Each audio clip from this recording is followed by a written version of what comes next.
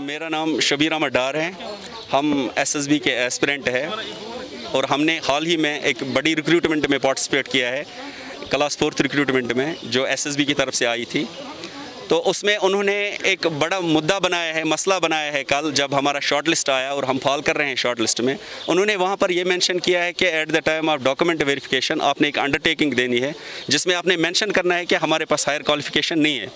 अगर कभी भी फिर पता चला कि आपके पास हायर क्वालिफिकेशन है तो आपको उसी एक तो डिबार किया जाएगा और दूसरा आपको ये इससे निकाला जाएगा, इस रिक्रूटमेंट से बाहर किया जाएगा, जो कि बिल्कुल उन्हीं के रूल्स, जो उन्होंने रूल्स बनाए जीएडी ने, उनके रूल्स के बरक्स है।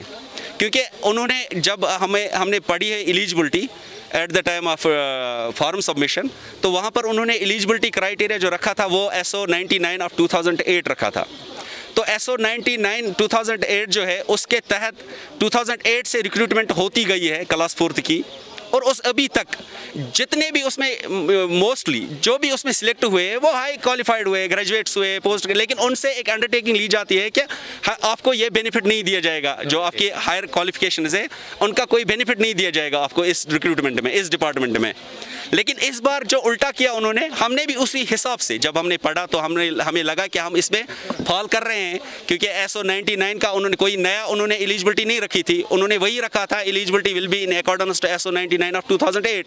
तो हमने उसी SO को पढ़ के खुद को पाया कि हम एलिजिबल है और फिर हमने उसमें अप्लाई किया है।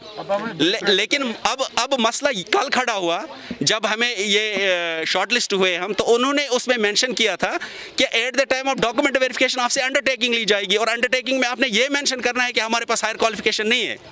तो आपको, हाँ, अगर वो ये अंडरटेकिंग लेते कि आपके पास अगर कोई हायर क्वालिफिकेशन है तो इस डिपार्टमेंट में जिसमें आप अपॉइंट हो रहे हो, हम उसमें आपको कोई भी बेनिफिट उसका नहीं दे, हम उसके लिए रेडी है।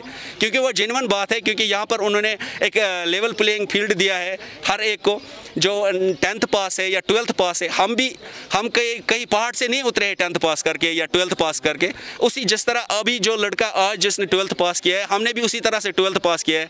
हमारे पास रिक्वायर्ड क्वालिफिकेशन है, जो उनको चाहिए 10th और 12th वो हमारे पास है, हम उसी बेस पे हमने अप्लाई किया है। अब हमारी डिमांड ये है, हम चेयरमैन साहब से भी और गवर्नर LG इंतज़ामिया से ये अपील करते हैं और GAD से भी कि इस चीज़ को ये बिल्कुल नाइंसाफ़ी है, और बहुत मुद्दत के बाद हमें इतनी अच्छी अपॉर्चुनिटी मिली थी। हम शुक्रगुजार हैं आपके कि आपने एक अच्छी रिक्रूटमेंट निकाली थी और बड़ी, और हम जो बेचारे 2500 पे अभी कॉन्ट्रैक्ट पे काम कर रहे हैं उनको भी वेटेज दिया आपने, जिसके लिए हम आपका शुक्रगुजार है। 5 पॉइंट वेटेज दिए।